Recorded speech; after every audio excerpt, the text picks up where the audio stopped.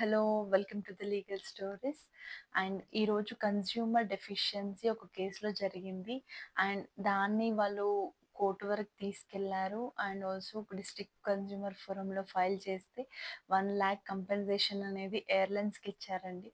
So ఇట్లాంటి cases ఎక్కడ deficiency ఇక్కడ జరిగిందో అని కేసు ఎక్స్ప్లెయిన్ చేస్తాను. ఒక కపుల్ ట్రావెల్ చేస్తున్నారు విత్ దేర్ క్రేట్స్. థైలాండ్ నుంచి ట్రావెల్ చేస్తున్నారు.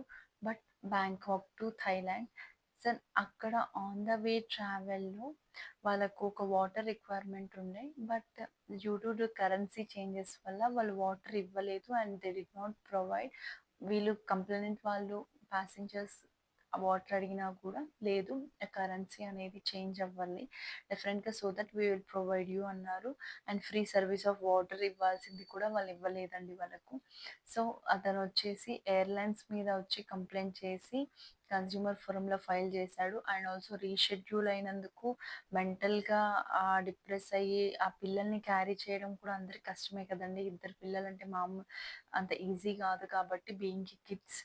సో వాళ్ళకి on time food, on time drinks లేకపోతే ఎవరము చాలా ప్రాబ్లం అవుతుంది.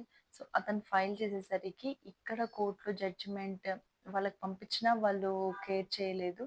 బట్ ఇక్కడ జడ్జిమెంట్ ఏమొచ్చింది అంటే 1,00,000 రూపీ మీరు మెంటల్ డిస్ట్రెస్ ఆ పిల్లలకి కలిగించినందుకు, అండ్ ఆల్సో వాటర్ ప్రొవైడ్ చేయకుండా మీరు డెఫిషియన్సీ ఆఫ్ సర్వీస్ అనేది మీ ఎయిర్లైన్స్లో ఉంది. And also human rights, basic human rights కూడా మీరు వయోలేట్ చేశారు అని చెప్పి వాళ్ళకి 1,00,000 compensation and also refund with all legal cost అనేది వాళ్ళ మీద ఇంపోజ్ చేసింది. Definitely they need to pay.